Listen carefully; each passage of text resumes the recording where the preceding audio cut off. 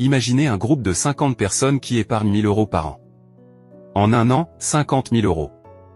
En 2 ans, 120 000 €.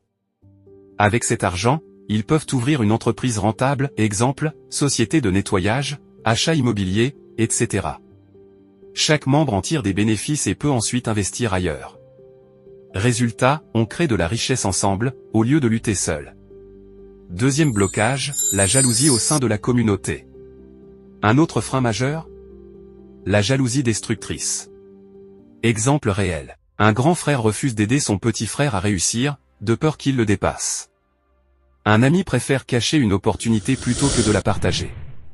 Un entrepreneur africain réussit? Il devient la cible de critiques au lieu d'être encouragé. Conséquence? On passe plus de temps à se détruire qu'à se soutenir.